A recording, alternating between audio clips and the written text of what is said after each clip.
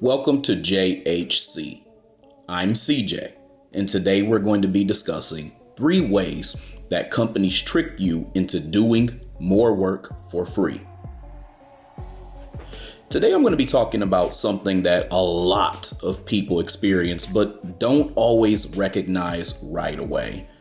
But of course, with this channel, we dive deep into looking at some of the hidden ways that these things are stated and also written whenever you're looking at certain communications, whether it's an email, whether it's a job description, or whatever the case is. But for this particular topic, we're talking about something that's happening in the workplace while you're already there. So typically it's something that's stated verbally. These are subtle ways that companies try to trick you into doing more work for free. And when I say for free, I mean your time, your skills, and your energy. It's all being stretched with zero extra pay for everything that you do. And the part that's most absurd about this is that in most of these instances, you are already being severely underpaid.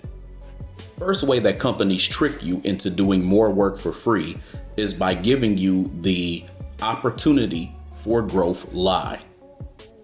In this instance, companies love to dress up unpaid labor as a gift. So you may hear something to the effect of, this is a great opportunity to learn. This will really help you grow into the role that you're in. Or my least favorite, we just want to see if you can take initiative. And they'll use that last one quite a bit. It'll be initiative. So when they say that, it's usually something where they are watching you like a hawk so that it potentially can become punitive. But the translation to any of these 3 is do the job of 2 people and we'll consider maybe thinking about rewarding you one day, in theory. But behind the scenes, the real reason why this is going on is because they're understaffed. They're testing how much you will tolerate. They want to see who they can overwork. They want to see who they can overwork without any complaints. The thing is, real growth comes with training and pay, not just vibes, empty promises, and diet threats. If the company truly believed in you, the role and compensation would reflect that. They often do this to take something that really should have already been given and turn it into something that becomes a dog eat dog type of challenge. So it's almost as if they're really saying, if you don't grow by doing the extra work that we give you, then there's going to be consequences. And when you think about it, it's like you're underpaying me, overworking me, and then you're getting your pen and pad ready if I don't live up to the expectations that you have set. Ain't that about a bitch? The second way that companies trick you into doing more work for free is through the we're all hands on deck right now lie. Now, this is the emergency button that they press when they fail to plan properly. And you'll hear this when someone says something like, we just need everyone to pitch in, or it's a busy season, or we're slammed, so we need some flexibility. But you'll hear something to that effect, or you'll directly hear, I need all hands on deck. But here's the truth. Their lack of staffing, poor leadership, and bad processes are not your responsibility.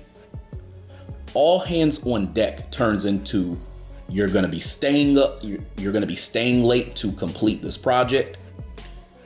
You're going to have to cover multiple roles. And you're also going to have to do supervisor level work without any type of training.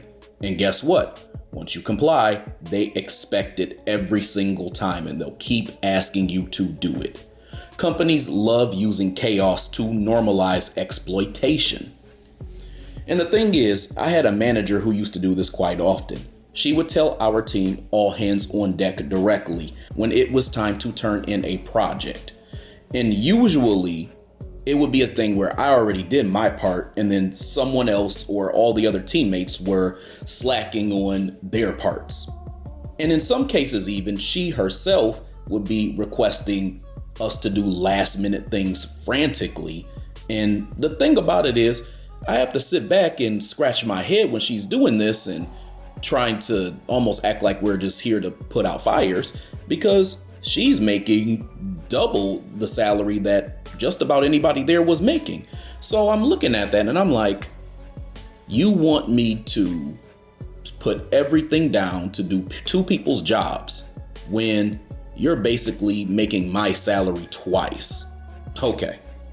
The third way that companies trick you into doing more work for free is through saying that they need you to do extra work and be a team player.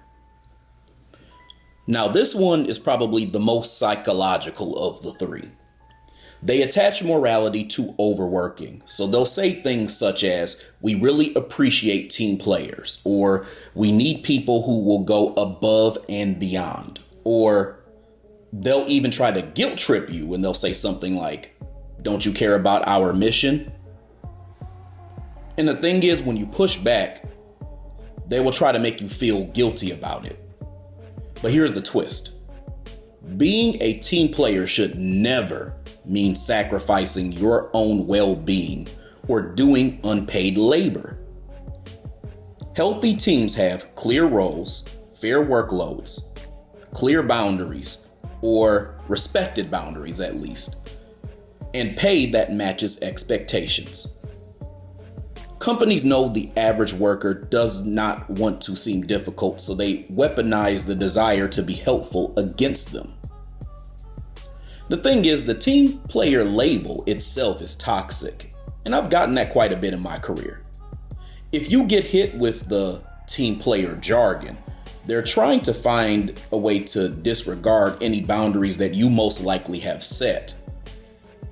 And so their whole thing is to break that down so that you take on more than you're really able to do. And most of the time it's because they themselves have struggled with putting up those boundaries, so they expect you to not honor and to disregard yours. They want you to do extra and get no reward. And you don't even really get a pat on the back for the work you do. It's just be happy that you have a job right now and just do what I say. That's really their mentality. Most of them won't tell you that, but some, the more toxic ones, might. This has been another episode of JHC. I'm CJ, and I'll talk to you later.